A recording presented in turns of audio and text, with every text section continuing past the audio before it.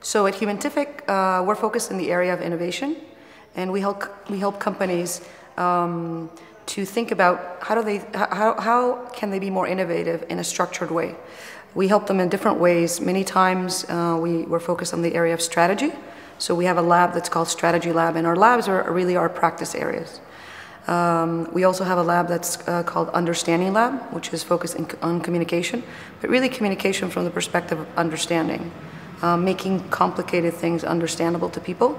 And oftentimes we can do this in any situation, but oftentimes we do this in internal situations within companies that are going through change. And when you need to get people to change their behaviors, you need to be very clear about what you're asking them to do, why the change is happening.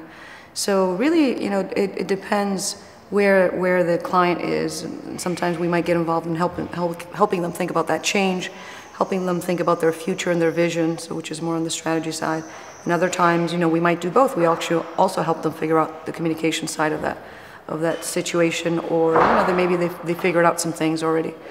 So we have to be flexible. The other area that we do work in, and we're starting to do more work in now, is what we call Insight Lab. And Insight Lab is more about research and understanding people, users, whether they are customers, or sometimes it could even be internally within a company. If you're trying to create some programs, some change programs, you need to understand who it's targeted for, who you need to think about when you're doing this. So really being very user-centered and using the new methods that are around. It's important these days to manage complexity, because that's the reality that our clients are living in. So one of the things that we see is that complexity is rising from the perspective of the types of problems that clients have, and also that designers are involved in.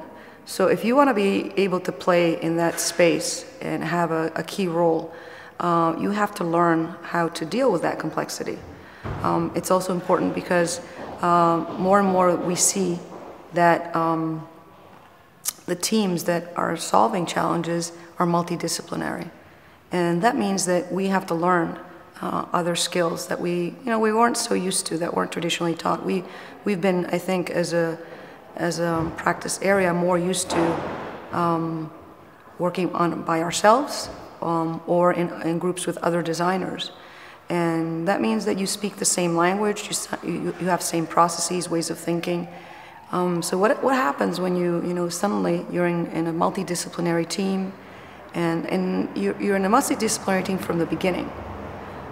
So that means that if you wanna be able to operate there and be a leader, you need to basically gear up with additional tools and skills.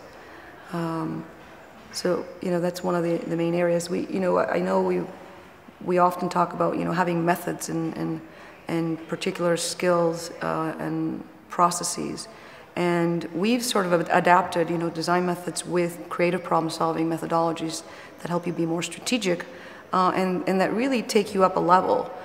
Because oftentimes I think design has thought that the idea of not having a process or having a very individual process was the special thing about a designer, that they have what we call a little magic wand, and they have this thing with the client when they say trust me, I'm really creative, and it's just this process that we go through, and you have to come with me. We're really on the other side of that, where we believe that process should be made transparent and explicit, and that means that we all know what we're doing, where we're going, we are synchronized. And I think that's a very different approach than traditional design, because I think we've in some ways sold the idea that our uniqueness is our inspiration and our process. But it's very liberating if you actually have a process that you follow, that other people follow with you, because instead of being focused on what process am I going to follow right now, you're more focused on doing the actual work, and not thinking, what's the next step that I should be thinking about in this particular situation. And to be honest, we hear that all the time from designers. Oh, if you put me in a process, you're constraining me, this is not creativity. We believe it's exactly the opposite. it allows you to be more free on the creativity, on the subject matter that you're working on, and you have this, this process that helps you understand, hey, where am I, where are we all, and what are the steps that I need to follow when I'm tackling anything, and obviously you're going to be able to adapt that and to change some of the techniques that you might use depending on what the challenge is and what it requires.